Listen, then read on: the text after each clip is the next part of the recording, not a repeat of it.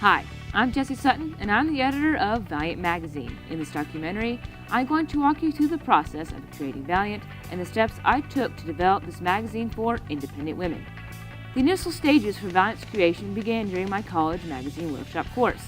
As part of an assignment, I gave a presentation on my favorite magazine, which at the time was Gentleman's Quarterly, or GQ. After the presentation, I realized that there was an issue. The informational, entertaining content I wanted to read couldn't be found in women's magazines. After this, I knew I couldn't be the only woman who wanted content that entertained and challenged while also providing the fashions I enjoy. The first step in creating Valiant was to develop its niche and what it would be named. I started by discovering who the readers would be, listing qualities I believed the target audience would have. I listed descriptors like independent, strong, bold, savvy, passionate, edgy, and powerful. They would be concerned with deeper than surface issues, like politics or health. I used those words as a base and stemmed from them, trying to find one that I knew encompassed what I believed was my vision. I found the word Valiant. The word means bold, courageous, fearless, and heroic. After securing the groundwork for the magazine, I conducted a survey of over 80 women between the ages of 18 and 34. I asked them questions about how they felt about the current industry. 70% didn't believe there was enough variety in women's magazines. 98% surveyed said women's magazines do not focus enough on in-depth issues. Those surveyed responded that they would like to see more content about women's sports, fashion, arts and entertainment, politics, and relationships. The highest scoring category was profiles of impactful women. 94% said they do not approve of the way women are portrayed in magazines, and 97% said magazines should feature unaltered photos of women. 98% said magazines should feature fashions that are affordable. And while this was not a scientific survey, I concluded that my original vision for the magazine should be pursued, which includes unaltered photos of women, in-depth issues, and wider reportage. After I developed the name, I needed to create a logo and tagline to brand my magazine. I decided to contact a graphic designer to help create the logo. Megan Studdard, the designer, began the process by asking me the name of the magazine, its core values, and who the magazine's core readers would be. She recommended that I use the color maroon. It was a strong color, and it wasn't typically used to represent women. Then, we started with some basic designs and realized the first design looked a little bit too corporate. As a result, we decided to soften the edges. The logo had been developed, and now I needed to search for a tagline. Taglines are important as they help consumers instantly understand the purpose of the magazine. I knew this magazine was for strong women, and I chose the tagline, "For the Independent Woman," as a definitive representation for Valiant Magazine. Lastly, I had to decide if the magazine was going to be print or online. Initially, I wanted to create both an online and print version, but the amount of time and resources I had forced me to choose between one or the other. I chose an online magazine for two reasons.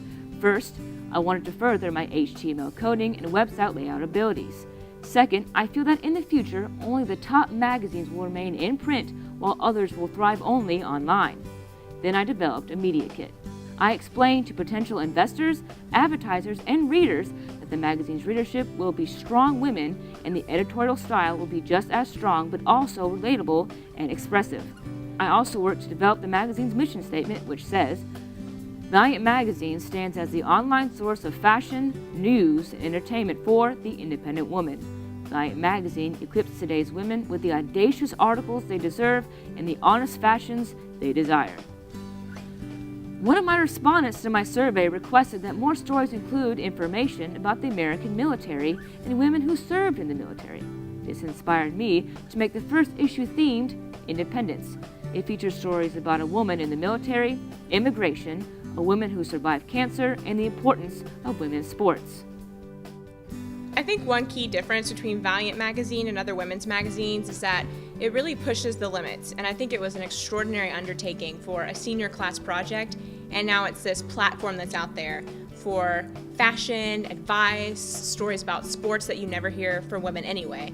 So it tackles a lot of things all at once that you don't even get in single women's magazines. One of the major things I wanted to focus on is women's sports. I feel that female athletes receive minimal recognition, even though they also devote their lives to playing sports to entertain viewers. There are women who can score hat tricks in soccer, dunk the basketball, and scored the winning touchdown during football games. But many of those stories are overpowered by men's sports, so I wanted Valiant to bring more attention to women's sports. Another section I felt passionate about was fashion. In traditional women's magazines, fashion models are often photoshopped and wear outfits that cost thousands of dollars. This just isn't realistic for the average woman. I selected models who were passionate about their clothing styles and picked the outfits from their own closets. All photos are unaltered and the clothes are affordable. I even had a staff writer write a story about how to effectively shop at thrift stores. Valiant Magazine also differs from other women's magazines in its advice section.